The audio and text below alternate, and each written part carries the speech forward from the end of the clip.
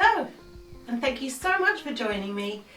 I'm Kirsten Burke, and I'll guide you from how to hold the pen to making letters of the alphabet, and then on to making phrases where you blend colours and compose. So, you don't have to have great handwriting, you don't need to be artistic. The brilliant thing about modern calligraphy is that anyone can do it. And I've prepared downloadable worksheets for you to print off, and then you can follow along with me.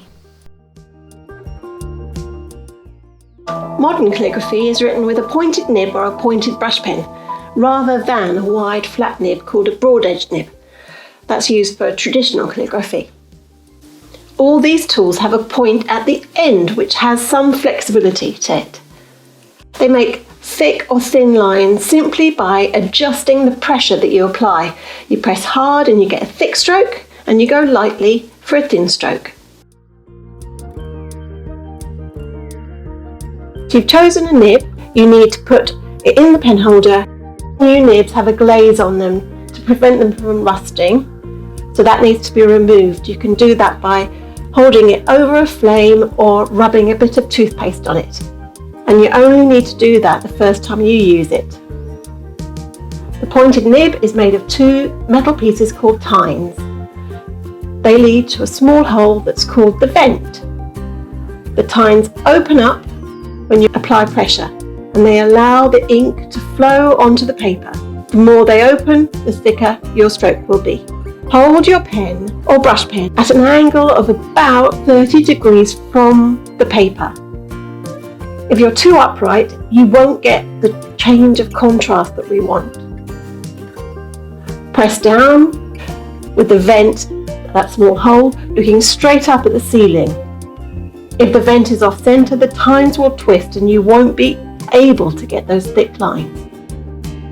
When you dip into the ink, you dip up to the vent.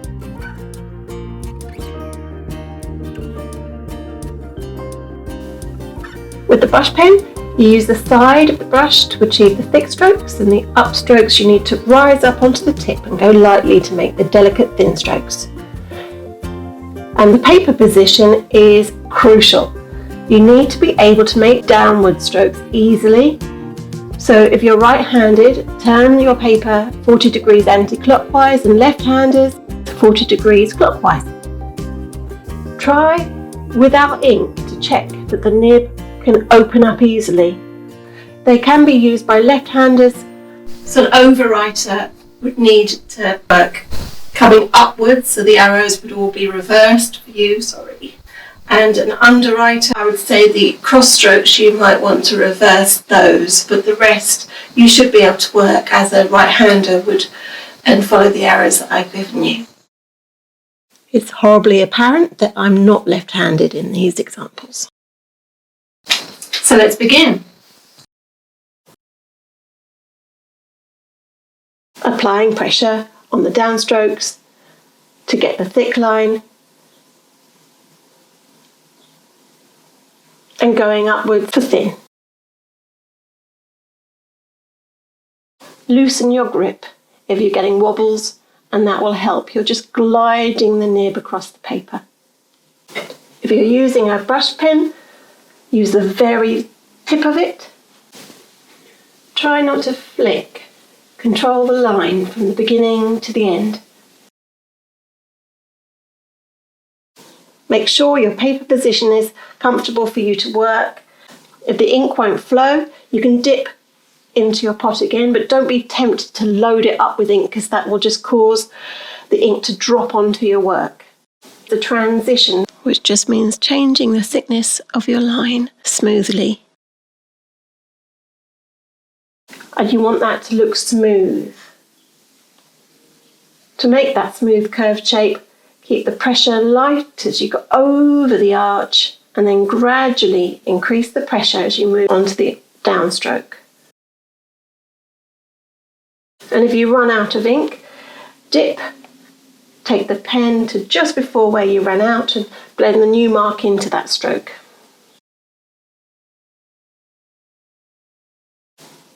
Go slowly. Think of this as drawing rather than writing, and focus on the shapes as you go. Go twice as slowly as you write.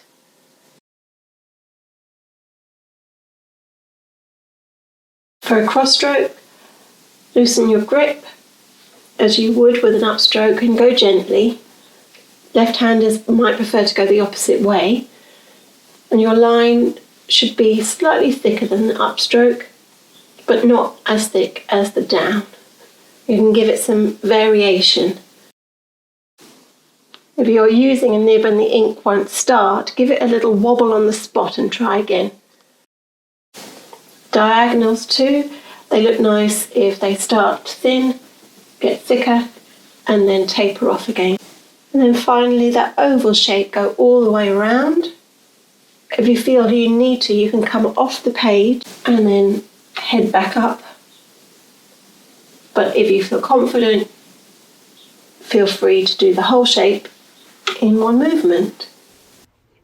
In this video I'll show you capital letters in detail, and then join me again where I'll do the lowercase letters in brush pen and a soft pencil.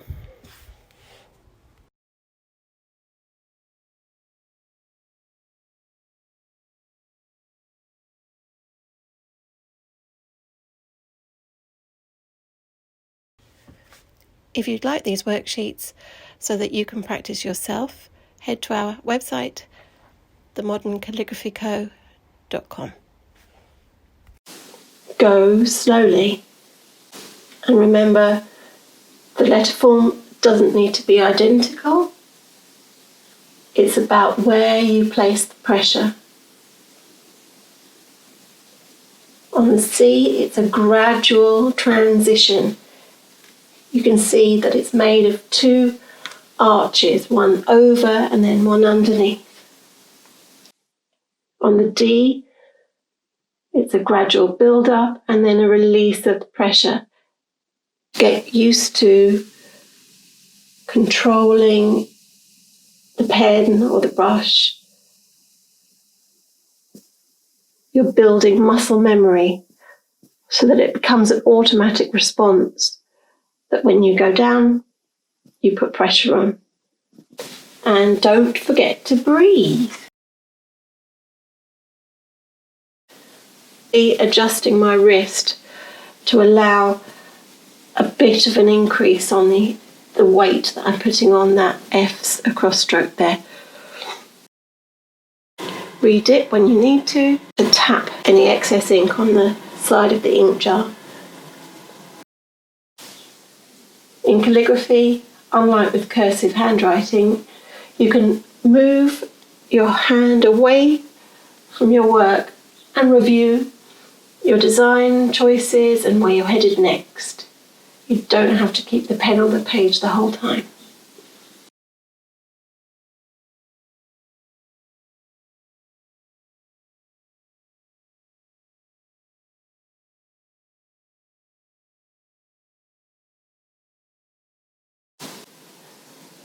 Just be conscious that you're controlling the pen.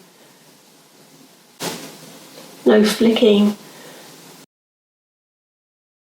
no speeding through. So the best way to improve is to practice a little bit often.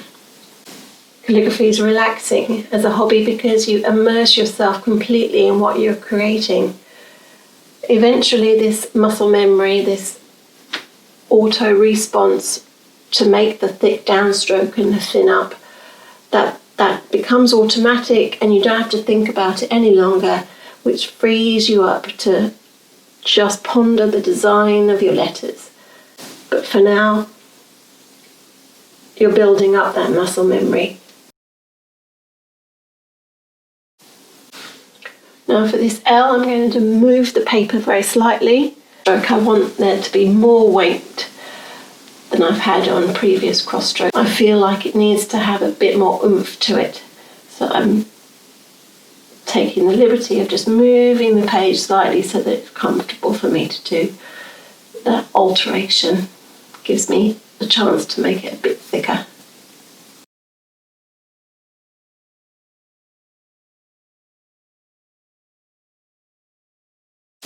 You want the thickness to be sat to the side of the letter.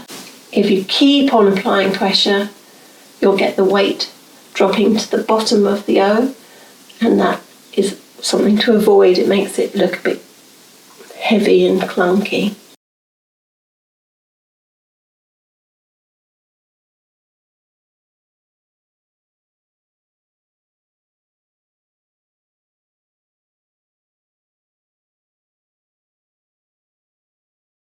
As you move down the page, move the page up so that as you're working, you're always comfortable and you're not scrunched up underneath yourself.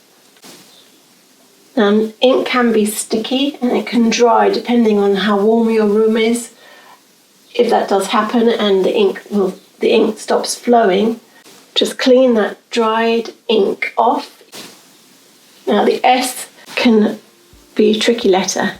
A tiny bounce on the spot to get the ink flowing, and then there's a release of pressure in the middle there. So heavy, release, heavy, release.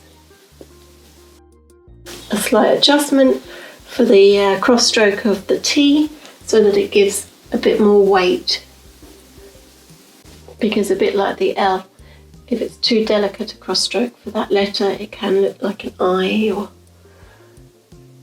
be unclear as to what letter that is.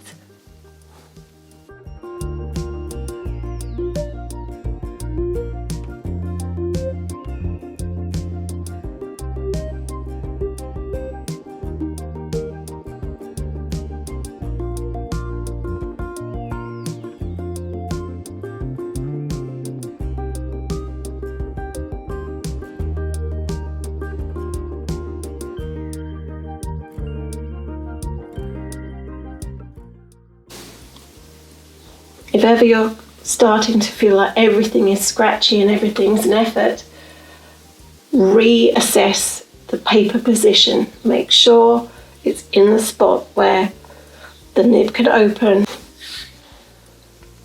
So I've done this whole capital alphabet using a nib, but I'm going to do the lowercase alphabet using a soft pencil. So don't feel that you're not getting the most out of it if you haven't got a nib.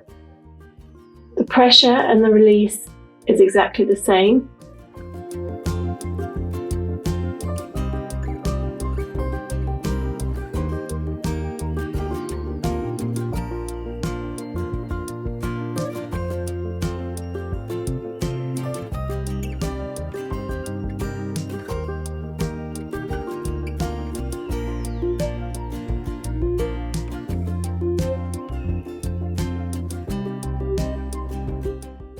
This is a diagonal, so it's in that mid-range, not as thick as your downstroke, not as thin as your up.